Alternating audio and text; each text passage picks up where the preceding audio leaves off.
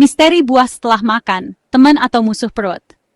Halo teman-teman, kalian pernah dengar nggak kalau ada buah-buahan yang sebaiknya nggak dimakan setelah makan? Gue asisten kesehatan Loe, dan hari ini kita akan ngebahas topik yang penting banget buat kesehatan pencernaan kita. Gue dulu cuek banget soal ini, makan buah kapanpun, dimanapun. Tapi setelah riset dan ngobrol sama ahli, ternyata ada alasannya. Dan alasannya ini bukan mitos, tapi ada penjelasan ilmiahnya. Jadi, di video kali ini, kita bakal kupas tuntas kenapa ada buah-buahan tertentu yang jadi kayak musuh dalam selimut kalau kita makan pas perut baru aja kenyang. Kita bakal bahas mulai dari proses pencernaan sampai ke efek jangka panjangnya. Gue janji bakal ngejelasinnya dengan cara yang seru dan gak bikin ngantuk. Siapa tahu, setelah nonton ini, kalian jadi lebih bijak milih cemilan buah. Pokoknya, jangan kemana-mana, karena informasi yang bakal gue bagiin ini lebih berharga daripada diskon akhir tahun di mall favorit kalian. Yuk tonton sampai habis, jangan di-skip dan jangan pindah ke channel lain. Siapin cemilan sehat kalian, tapi jangan buah dulu ya. Dan mari kita mulai petualangan kuliner ilmiah ini. Bongkar rahasia pencernaan, kenapa buah jadi problematik setelah makan besar? Oke, teman-teman, mari kita mulai dengan dasar-dasarnya dulu. Kenapa sih buah-buahan tertentu ini jadi kayak anak tiri kalau dimakan setelah kita baru aja ngabisin sepiring nasi padang? Jawabannya ada di cara tubuh kita mencerna makanan. Bayangin gini, perut kita itu kayak jalan tol. Ada jalur cepat, ada jalur lambat. Buah-buahan ini kayak mobil sport di jalur cepat. Mereka pengennya cepet-cepet lewat, dicerna, dan diserap nutrisinya. Masalahnya muncul ketika si mobil sport ini kejebak macet di belakang truk tronton. Truk tronton ini adalah makanan utama kita, kayak nasi, daging, atau makanan berlemak lainnya. Jadi ketika buah masuk setelah makanan berat, dia nggak bisa langsung bablas. Dia terpaksa nungguin makanan berat tadi selesai diproses dulu. Ketika buah ini tertahan lama di lambung bersama makanan lain yang lebih kompleks, mulailah terjadi hal-hal yang kurang mengenakan. Gula alami dalam buah, yang seharusnya cepat diproses, malah jadi nongkrong kelamaan di lingkungan yang hangat dan lembab. Kondisi ini adalah surga bagi bakteri untuk berpesta pora. Akibatnya, terjadilah proses fermentasi. Gula dalam buah akan jadi alkohol dan gas oleh bakteri. Nah, gas inilah yang sering bikin perut kita jadi kembung, begah, atau bahkan sampai sendawa nggak berhenti-berhenti. Proses fermentasi ini bukan cuma menghasilkan gas. Asam yang dihasilkan dari fermentasi juga bisa meningkatkan tingkat keasaman di lambung. Jadi kesimpulannya, masalah utama bukan pada buahnya, tapi pada interaksinya dengan makanan lain di dalam sistem pencernaan kita. Strategi makan buah anti begah, tips praktis sehari-hari. Nah, setelah kita tahu alasan ilmiahnya kenapa buah tertentu nggak oke dimakan setelah makan berat, sekarang pertanyaannya, gimana cara ngakalinnya dalam kehidupan sehari-hari? Yang pertama dan paling penting adalah soal timing. Kasih jeda waktu yang cukup antara makan besar dan makan buah. Idealnya sih, sekitar 1-2 jam setelah makan. Atau malah lebih bagus lagi, makan buah 30 menit sampai 1 jam sebelum makan besar. Jadi, buahnya bisa dicerna duluan dengan lancar jaya. Kalau kamu tipe yang suka ngemil buah sebagai dessert, coba deh ubah kebiasaannya. Anggap buah itu sebagai appetizer atau camilan di antara waktu makan. Misalnya, pagi-pagi sebelum sarapan atau sore hari pas perut mulai keroncongan nunggu jam makan malam. Dengan begini, buah bisa jadi pembuka jalan yang baik buat sistem pencernaan kita. Terus, gimana kalau kita lagi di acara makan-makan, terus disodorin buah sebagai penutup? Nah, ini emang agak tricky. Kalau bisa nolak halus sih bagus. Tapi kalau nggak enak, ya pilih buah yang relatif aman. Buah-buahan yang kandungan airnya nggak terlalu tinggi dan nggak terlalu asam, mungkin masih bisa ditolerir dalam jumlah kecil. Contohnya kayak pisang atau alpukat. Tapi tetap jangan banyak-banyak. Sebagai alternatif dessert setelah makan, ada banyak pilihan lain yang lebih bersahabat sama perut. Misalnya, yogurt plain yang rendah gula, atau mungkin sepotong kecil dark chocolate. Intinya, cari pengganti yang nggak memicu fermentasi atau menambah beban asam berlebih di lambung. Efek nakal makan buah sembarangan. Ketika perut berkata cukup, oke, kita udah tahu kenapa dan gimana cara menghindarinya. Sekarang, mari kita bahas sisi gelapnya. Apa sih efek buruk dan dampak kesehatan yang bisa terjadi kalau kita cuek bebek aja dan tetap nekat makan buah-buahan tertentu setelah makan besar? Yang paling umum dan langsung terasa biasanya adalah gangguan pencernaan. Perut kembung, begah, banyak gas, sendawa terus-menerus, bahkan sampai sakit perut. Ini semua gara-gara fermentasi buah yang terjebak di lambung tadi.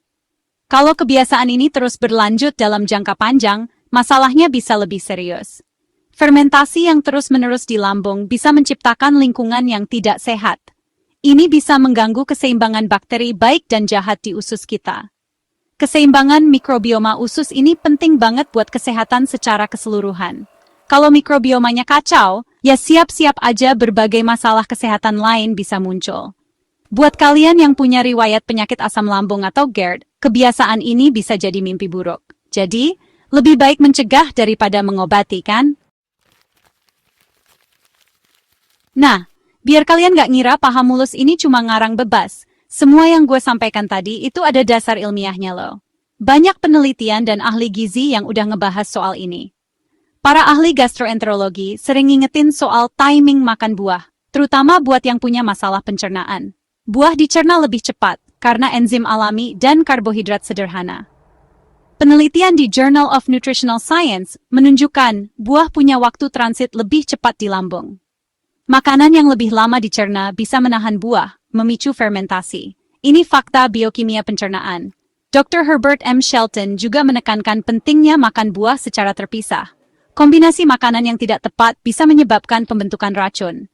Para ahli nutrisi menyarankan jeda 2 jam setelah makan berat sebelum makan buah.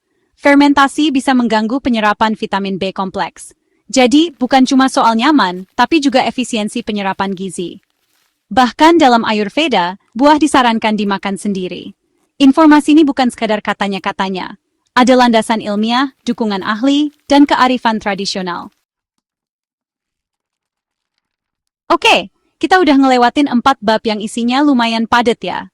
Mulai dari kenapa buah bisa jadi problematik setelah makan, gimana cara ngakalinnya, apa efek buruknya kalau bandel, sampai ke bukti-bukti ilmiahnya. Nah, sekarang di bab kelima ini, gue mau ngajak kalian buat ngeliat gambaran besarnya. Gimana sih semua informasi di bab-bab sebelumnya itu saling nyambung dan ngebentuk satu pemahaman yang utuh. Ibaratnya, kita lagi ngerakit puzzle.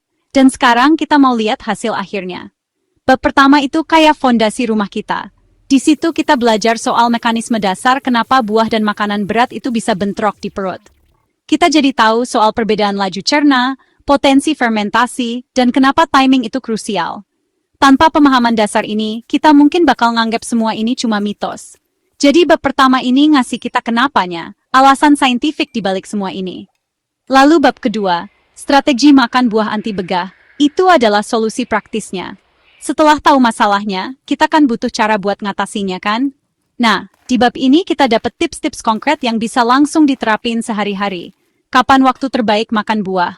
Apa alternatif dessert? Gimana milih buah kalau terpaksa? Bab ini ngejawab pertanyaan, gimana caranya? Kemudian bab ketiga, efek nakal makan buah sembarangan. Ini semacam peringatan dini. Setelah tahu masalahnya dan solusinya, bab ini ngasih tahu kita apa akibatnya kalau kita nggak peduli. Dengan tahu dampak buruknya, kita jadi punya motivasi lebih kuat buat ngikutin saran-saran di bab 2. Bab keempat, bukan kata doang. Ini adalah pilar pendukung yang ngasih kredibilitas buat semua informasi sebelumnya. Di sini kita lihat bahwa semua ini bukan cuma omong kosong paham mulus, tapi didukung sama penelitian, para ahli, bahkan kearifan kuno. Jadi kalau kita lihat, semua bab ini saling terkait dan membangun satu sama lain. Tujuannya satu, biar kita semua bisa menikmati manfaat buah secara maksimal, tanpa harus merasakan efek samping yang gak enak.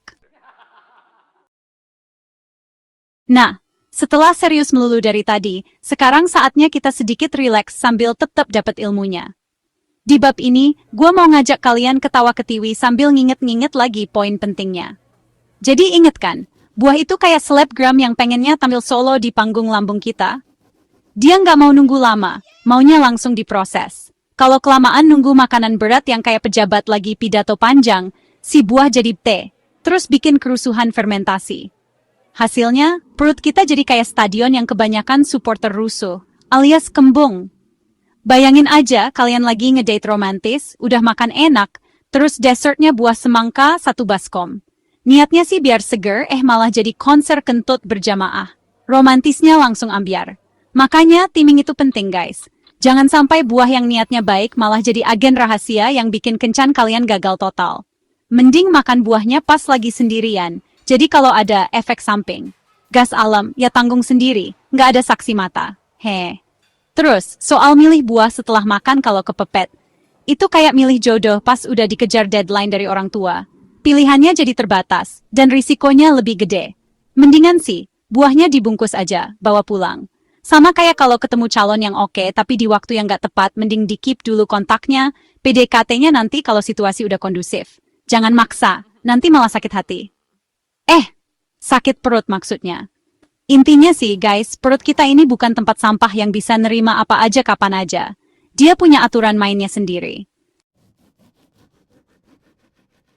Nah, itu dia teman-teman, pembahasan kita yang cukup panjang lebar kali tinggi soal kenapa buah-buahan tertentu sebaiknya nggak kita lahap langsung setelah makan besar. Semoga apa yang gue sampaikan tadi, mulai dari penjelasan ilmiahnya, tips praktisnya, efek sampingnya, sampai data pendukung dan sedikit bumbu humornya, bisa nambah wawasan baru buat kalian semua. Ingat ya, ini bukan berarti kita jadi musuhan sama buah, buah itu tetap teman baik kita kok. Asal kita tahu cara berteman yang benar dengannya, terutama soal timing. Gua harap setelah nonton video ini, kalian jadi lebih mindful lagi sama apa yang masuk ke perut dan kapan waktu terbaiknya. Karena kesehatan pencernaan itu kunci buat kesehatan tubuh secara keseluruhan. Perut yang sehat itu kayak fondasi rumah yang kokoh.